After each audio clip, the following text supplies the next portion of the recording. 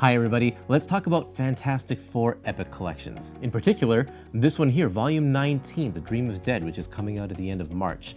And then I have this reprint of Volume 3, The Coming of Galactus, which is coming out early April. This volume has some changes that you might want to know about, so I'm going to talk about this in just a second, but why don't we take a look inside both of these volumes, and then we'll come back for a big overview of all of the Fantastic Four Epic Collections that have been released so far. Let's take a look inside these two books. You know what? We're going to leave this one for a little bit later, and we're going to tackle this reprint of Fantastic Four Epic Collection Volume 3. Now, I said there are some differences. I'm going to show you what that is, but first, here's the first edition. There is a second edition, and this is technically the third edition, and there are not very many ways you can tell them apart, except for, of course, the old edition has the UPC label like this. The new edition here, it looks like this one. They actually kept the same price point in America here, at least $40. So that's a good deal when Epic Collections are getting more expensive. This first edition was from 2008, and they were using a really bulky paper at the time. So this Epic Collection was thicker than usual, but you can see that they've gone back to the standard paper here, and so it is a little bit thinner of a book, this new edition. If you really want to be sure which edition you have, you can go to the first page here, and it'll say 3rd edition first printing 2023 right there, and it is printed by Solisco printers. For comparison's sake, here's the first printing from 2018, printed by LSC Communications. Now, what's the big difference other than the weight of the paper? When the second Fantastic Four Omnibus got a reprint a couple years ago, they remastered all of the artwork. They found new art, they went back to the original sources, a lot of original art, and they retouched everything. So all of the scans in here are brand new. For the most part, you know what? Honestly, you're probably not going to notice it, but for those who really like to dig in and look at the art with great detail, you will notice that some of this stuff is different and some of it is greatly improved. It's mostly notable in the lettering. You have a lot more clarity in the lettering, and it's especially noticeable wherever the inker is inking the lightest, and that comes out mostly in the irises of the eyes and in some cross-hatching situations. Again, this is probably not important enough for a lot of you to do an upgrade or rebuy the book, but for some of you it might be important, and so I'm here to give you that information. Okay, let's look at The Dream is Dead. Here's a look at the spine and the back cover. There's our Rocky Thing. He's gone through a mutation. This is the last volume of Steve Englehart's run as he wraps up his storylines and exits the book. There was a lot of editorial interference at this point, a lot of things that Steve wasn't happy about, and so this volume really reflects that. Honestly, it's not my favorite content. It's actually a volume that, while it's necessary because we want all of the issues out, it's not the best. Kang gets a storyline, of course, and Mantis, one of Steve Englehart's favorite characters, shows up for a few issues and has a storyline before he takes her character over to do his own thing. Steve Englehart was so upset with what was going on behind the scenes, he didn't even want his name on here, so he calls himself John Harkness for the last remaining issues in this book. The last storyline in this book has the Fantastic Four going through a series of dream scenarios, and there's no consequence whatsoever because they are literally all dreams, and you know, they're not that great. They were supposed to be each, I believe, their own storyline, but with a time crunch, he just kind of shoved them in there. We do have an annual in here, and it's the final issue of the Atlantis Attack storyline. So if you've been following that in other Epic Collections, you'll be able to finally see the conclusion, featuring the Serpent Crown and all of the Brides of Set and all of that kind of stuff. And then rounding out this volume is the really excellent graphic novel, Doctor Strange and Doctor Doom, Triumph and Torment. It doesn't feature the Fantastic Four, but it is a very important story in the life of Doctor Doom, and beautiful art by Mike Mignola, written by Roger Stern. This graphic novel is also in the Doctor Strange Epic Collection, Triumph and Torment. So we have 16 Fantastic Four Epic Collections that have been released so far, starting with the very first ones here, the origin story of the Fantastic Four, created by Stan Lee and Jack Kirby way back in 1961. This is the dawn of the Marvel Age of Comics. This is where all the superhero stuff begins. So you're going to want to check out Volume 1 and Volume 2 for the introductions to all of your favorite characters, for all of the villains, all of the supporting cast. It's all here in these first 2 volumes. Volume 1, the world's greatest comic magazine, and Volume 2, the master plan of Doctor Doom. Volume 3, The Coming of Galactus, and Volume 4, The Mystery of the Black Panther, are really when Stan Lee and Jack Kirby kick things into high gear. This is some excellent Silver Age comic book storytelling right here. Of course, I'm sure you've heard of the Coming of Galactus story. That's one of the most prominent stories in Fantastic Four history. But then Volume 4 also has the introduction to the Black Panther. And throughout both of these volumes, we get introduced to the Inhumans, and the Inhumans saga is really what takes kind of center stage through this era of the Fantastic Four through the mid-60s.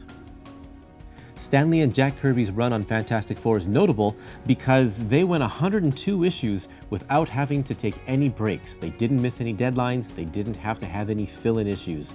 And so it takes 6 volumes for the Epic Collections to cover the entire Stan Lee and Jack Kirby run of Fantastic Four. In Volume 5, The Name is Doom, they take a trip to the Microverse, they take a trip to the Negative Zone, and most importantly in this volume, we see the birth of Franklin Richards. In Volume 6, At War with Atlantis, this is where everything starts to wrap up, and Jack Kirby leaves the book after 102 issues, and taking his place is John Romita. Volume 7, Battle of the Behemoths, and Volume 8, Annihilus Revealed, are the post-Jack Kirby years. Stan Lee's still writing the book on here, but now we have John Buscema taking up the penciling duties. He gives it a real good Jack Kirby flair thanks to the consistent inking of Joe Sinnott. We see Stan Lee keeping the status quo as the Fantastic Four reunite with a bunch of their old villains like Doctor Doom and Galactus. And yes, like the cover shows, there is another battle between the Thing and the Hulk. Volume 8, after Stan Lee leaves, writing is taken up by Roy Thomas and Jerry Conway, and John Buscema, Ross Andru, and Rich Buckler all share the penciling chores as they bring the Fantastic Four into the 70s. One of the prominent storylines in this era is that Medusa joins the team for a little while, and Johnny gets a bright red costume. Volume 9 has been announced. It's called The Crusader Syndrome. The Fantastic Four Epic Collections can basically be broken into 2 groups. There's the 60s and 70s, which have been released in chronological order, volumes 1 through 9. And then there's the 80s and 90s, which we're almost complete with that, but they haven't been released in order. But then there's this gap right in the middle, volumes 10 to 16, and we don't know anything about when these are coming out. They haven't been announced, but we do know that the last half of this group is going to be the John Byrne run, one of the most notable runs in Fantastic Four history. I have a feeling that they're going to be saving that for last. After John Byrne leaves the book, there's a little bit of an upheaval as they don't really know what to do. There's a few rotating artists, but then eventually they settle into Steve Englehart as the regular Fantastic Four writer. And we have a trio of Epic Collections that cover his run. First is All in the Family, and this one's very important because it features the wedding of Johnny Storm and Alicia Masters. She-Hulk exits the scene after being a part of John Byrne's Fantastic Four, and the Thing rejoins the group. And he's not so happy to be there, but he comes just in time because Reed and Sue decide to step off to raise Franklin in a more stable upbringing. And so he becomes the team leader, and he brings on Sharon Ventura, also known as Miss Marvel, and Crystal as the other 2 team members. This is our new Fantastic Four. Volume 18 is called The More Things Change, and it's titled that because the Thing goes through a very drastic transformation as he encounters more cosmic rays, and he turns into this quote-unquote pineapple look. Sharon Ventura also goes through those same cosmic rays and turns into a she-thing themselves, and they have to navigate becoming even more mutated than they were before, and what does that mean for them and their place in society and on the team. Volume 19 I've already talked about, so I don't really need to go into that anymore, except that it is, like I said, the conclusion to Steve Englehart's run on Fantastic Four. Following Englehart is Walter Simonson, and many people were happy to see him on Fantastic Four after a very notable run on Thor, but it didn't last very long. In fact, it's only 1.5 Epic Collections. Volume 20 is called Into the Time Stream, and Walt Simonson takes us on an incredible journey through time and space. And here, if you are a fan of the Loki TV show, is where you're going to be introduced to the TVA and Mr. Mobius and all of that fun stuff. Volume 21 is called The New Fantastic Four, and this has one of the most fun stories of the Fantastic Four when they go missing. And so Wolverine, Ghost Rider, Hulk, and Spider-Man, the top 4 most popular Marvel characters at the time, they all get together to form a new Fantastic Four in order to find the old Fantastic Four. These issues are drawn by Arthur Adams, and they stand out as one of the high points in this era of Fantastic Four. Halfway through this volume 21 is the end of Walt Simonson's run and the beginning of my own personal favorite, Tom DeFalco and Paul Ryan's start on Fantastic Four. They begin their run with a shocking revelation in the life of Johnny Storm, one that's going to really affect him through the coming volumes. And I'm not going to spoil it for you, you're going to have to check it out yourself. Carrying on the Tom DeFalco and Paul Ryan run is Volume 22, This Flame, This Fury, and Volume 23, Nobody Gets Out Alive. And in this volume, you see Johnny Storm upset about what happened in the previous volume, so much so that he makes a big mistake that's going to have major consequences.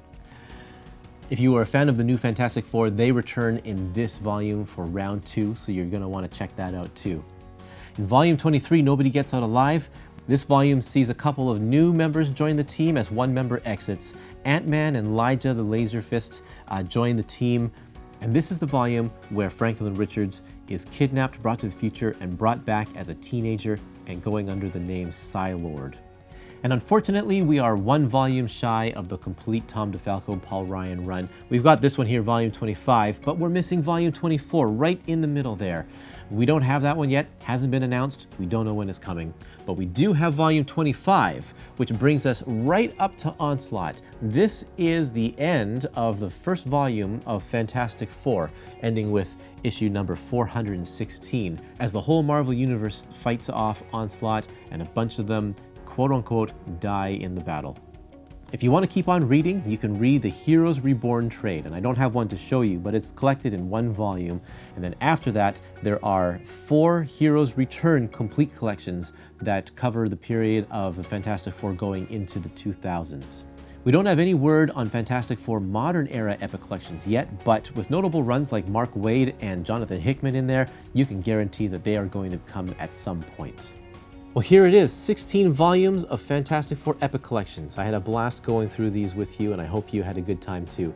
Thanks for watching my video, and we'll see you next time.